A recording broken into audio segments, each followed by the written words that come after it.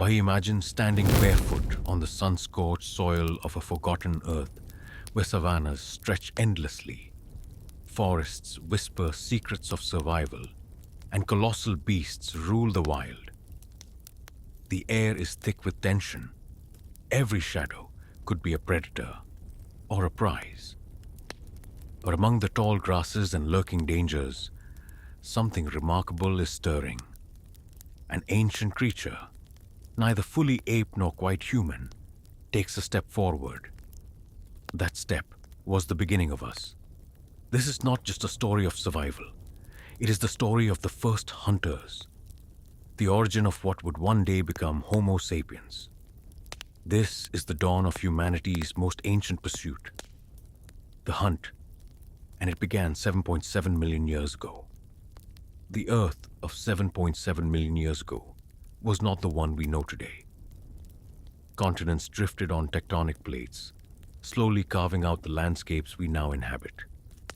Africa, the cradle of life, pulsed with biodiversity.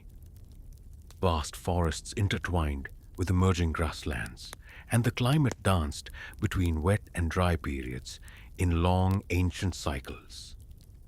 It was during this ecological drama that one of the most important evolutionary milestones unfolded. The first ancestors of humanity began their slow transformation. They were not yet human, not in the way we recognize ourselves. These early hominins, like Sahelanthropus jadensis, bore a mix of primitive and advanced traits.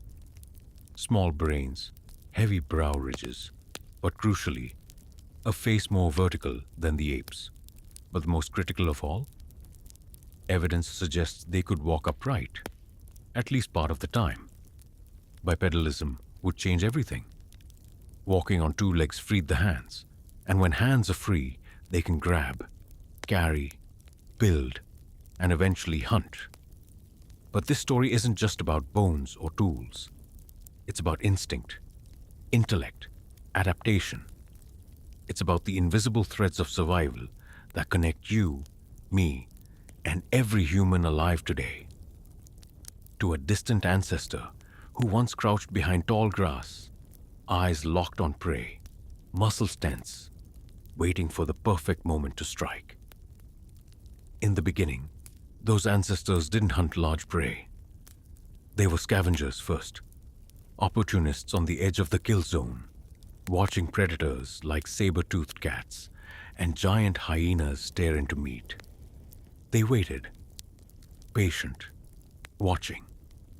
When the predators left, the early hominins moved in. Bones cracked under primitive rocks, marrow slurped with gritty determination. It was not glamour, it was necessity. Over time, necessity gave birth to ingenuity. The earliest tools weren't like knives or spears. They were stones, simple, sharp-edged, handheld. Oldowan tools, as we would later call them. But back then, they were innovation incarnate. Imagine the first time a hominin picked up a rock and used it to strike bone. That moment changed history. With that simple blow, the first spark of what we would become flickered to life.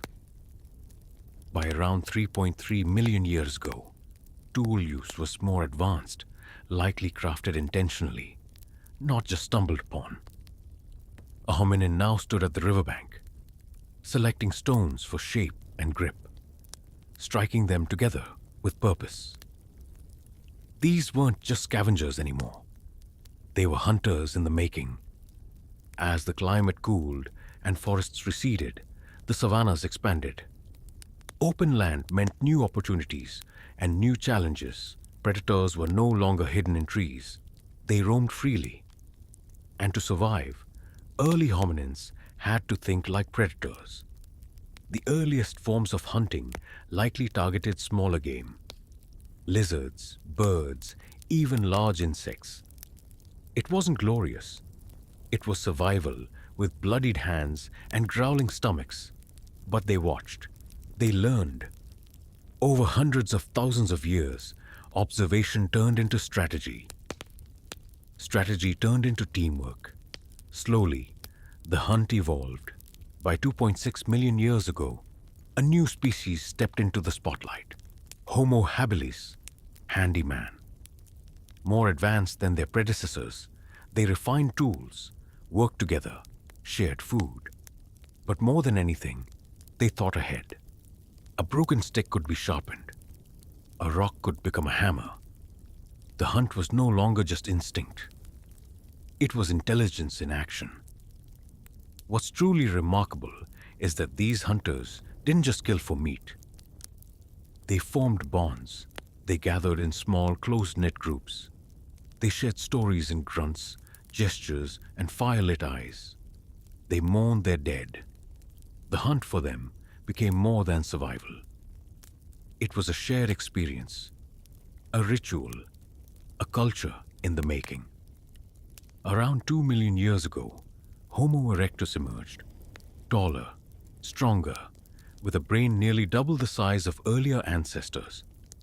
And with them came the first coordinated big game hunts. No longer content with scavenging scraps or catching lizards, Homo erectus pursued antelope, zebra, even elephants. They developed hand axes, true tools of the hunt. Sharp, heavy, crafted with care. But what made them dangerous wasn't just their tools. It was their ability to cooperate. Communication, though still primitive, enabled them to plan ambushes. They learned to drive prey into traps, over cliffs, or into rivers where escape was impossible. This was not mere animal instinct. This was the dawn of tactics. And what did they do after the hunt? They gathered around fire, not just for warmth, but for safety, for cooking, and for something more: connection. Firelight became the cradle of human culture. Around those flames, they shared food, exchanged knowledge, and perhaps told stories of hunts long past. This moment, fire, fellowship, the hunt, is when humanity began to become more than flesh and bone. It was identity, belonging, legacy. As millennia passed, the hunters evolved further. Homo heidelbergensis, ancestors to both modern humans and Neanderthals, took hunting to new heights. They developed wooden spears nearly 400,000 years ago, balanced aerodynamic weapons that allowed them to kill from a distance. That changed everything. Distance was safety. Distance was power. Now they could hunt the most dangerous prey: the massive straight-tusked elephants, the ancient bison, and the woolly rhinoceros. The spear hurled from a well-trained hand was not just a weapon. It was the equalizer between prey and predator. And they weren't alone anymore. Their brains, now almost human-sized, enabled complex communication. They used body language, facial expressions, and eventually, proto-language. With that, the hunt became orchestrated. Roles were assigned, strategies formed, decoys distracted, while spear throwers closed in. The hunt had become a dance. Neanderthals would later perfect this dance. Living in Ice Age Europe, they became elite hunters. Stocky, powerful, and intelligent, they hunted in groups, likely using coordinated flanking strategies. They even understood migration patterns and seasons, tracking herds over vast territories. Their success lay not just in their strength, but in their minds. Then, around 300,000 years ago, Homo sapiens US emerged in Africa. And we brought something new to the table: imagination. While our ancestors mastered tools and tactics, we began painting our hunts on cave walls, crafting rituals around the kill, turning the act of hunting into sacred tradition, art, myth, legacy. With the development of the atlatl and later, the bow and arrow, the hunter's reach extended even further. We began hunting with precision, planning, and storytelling. We passed knowledge through generations, not just how to throw a spear, but when, where, and why. And all the while, the world changed around us. The animals changed. Some grew larger, some went extinct. Humans adapted. From the scorching plains of Africa to the frozen tundra of Siberia, we brought the hunt with us. We chased mammoths across snowfields, tracked reindeer through icy forests, pursued gazelles across deserts. And with every hunt, every fire, every story told beneath the stars, we remembered. We remembered who we were, where we came from, and what made us human.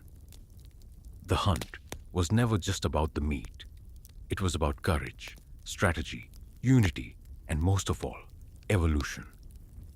Today, we no longer need to stalk prey for our survival. Our weapons have changed. Our habitats are cities.